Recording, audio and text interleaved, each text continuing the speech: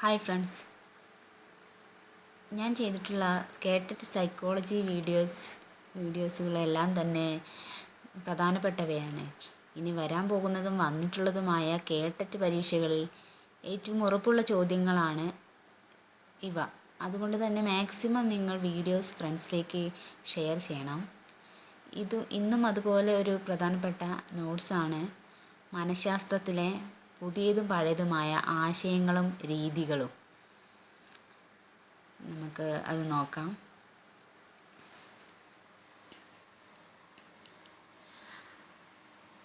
അടിസ്ഥാന വിദ്യാഭ്യാസം എന്ന ആശയം ആവിഷ്കരിച്ചത് ഗാന്ധിജിയാണ്. ഗാന്ധിജിയുടേതാണ് അടിസ്ഥാന വിദ്യാഭ്യാസം എന്ന ആശയം. ആശയ സമ്പാദന മാതൃക എന്ന രീതി ആവിഷ്കരിച്ചത് ബ്രൂണർ. ബോധന രീതി ഹെർബർട്ട് സ്പെൻസർ. അധ്യാപക വിദ്യാഭ്യാസം എന്ന ആശയം നിർദ്ദേശിച്ചത് കിൽപാട്രിക്. അധ്യാപക വിദ്യാഭ്യാസം, D.Ed, B.Ed പോലുള്ള അധ്യാപക വിദ്യാഭ്യാസം എന്ന ആശയം നിർദ്ദേശിച്ചത് കിൽപാട്രിക്. അധ്യാപക പരിശീലനം എന്ന ആശയം അല്ലെങ്കിൽ എന്ന രീതി പെസ്റ്റലോസിയാണ് ആവിഷ്കരിച്ചത്. ഇത് തമ്മിൽ മാറിപ്പോകരുത്. അധ്യാപക വിദ്യാഭ്യാസം കിൽപാട്രിക്കും, അധ്യാപക പരിശീലനം എന്ന രീതി പെസ്റ്റലോസിയുമാണ് ആവിഷ്കരിച്ചത്. ഇനി ഇതുമായിട്ട് ബന്ധപ്പെട്ട് തന്നെ ഉള്ള micro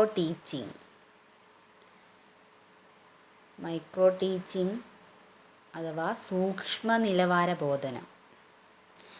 right W. Allen. Micro teaching എന്നാൽ ഒരു സമയം ഒരു കഴിവ് മാത്രം വികസിപ്പിക്കാൻ സാധ്യതയുള്ള ഒരു ഇംപ്രൂവ്മെൻ്റ് പരിപാടിയാണ്. Wright W. അലൻ. ചോദ്യോത്തര രീതി സോക്രട്ടീസ്.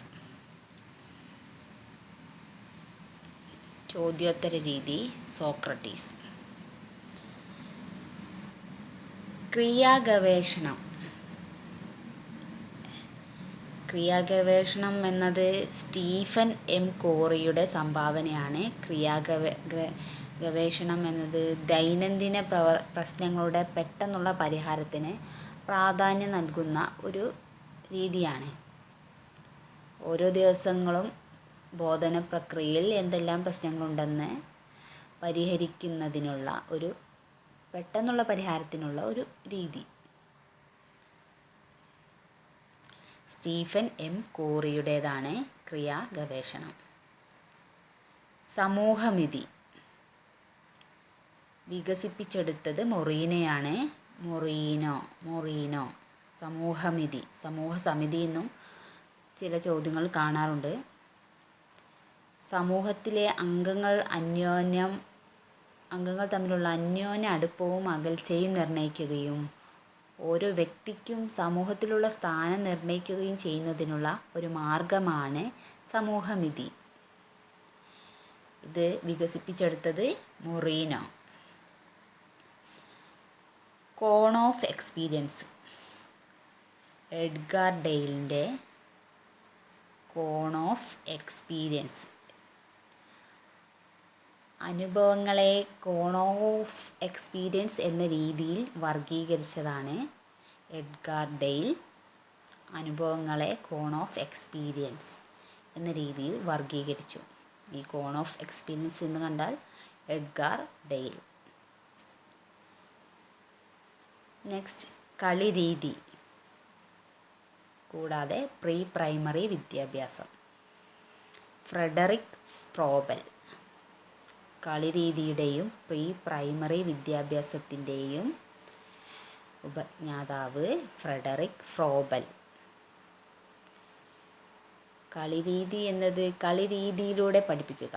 ചെറിയ കുട്ടികളെ കളിയിലൂടെ പഠിപ്പിച്ചാൽ അവർക്ക് കൂടുതൽ അത് ഉപകാരപ്രദവും മനസ്സിൽ തങ്ങി നിൽക്കുന്നതുമാവും. പ്രീ പ്രൈമറി എന്ന ആശയം തന്നെ ഇതിന് ഉദാഹരണമാണ്. പ്രീ പ്രൈമറി സ്കൂളുകളെ നമ്മൾ കിൻഡർ ഗാർട്ടൻ എന്ന് പറയും. ഇതിൻ്റെ അർത്ഥം കുട്ടികളുടെ പൂന്തോട്ടം എന്നാണ്. ഫ്രെഡറിക് ഫ്രോബലാണ് ഇതിൻ്റെ ഉപജ്ഞാതാവ്. ഇനി ഇതിൻ്റെ കൂടെ മോണ്ടിസോറി എന്ന് കേട്ടിട്ടാണോ? മോണ്ടിസോറി വിദ്യാഭ്യാസം അല്ലെങ്കിൽ മോണ്ടിസോറി സ്കൂളുകൾ എന്നൊക്കെ. ഇതും കളിരീതിയിലൂടെ പഠിപ്പിക്കുന്ന ഒരു രീതിയിലുള്ള സ്കൂളാണ്.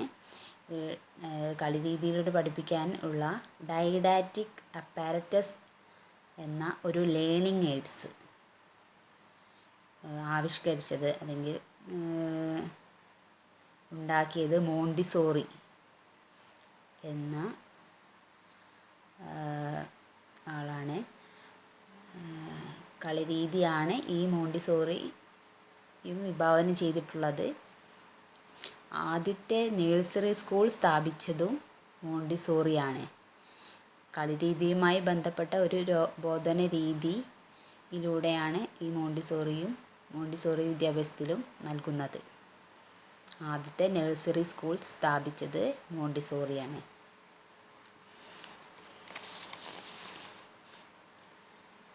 Experimental psychology.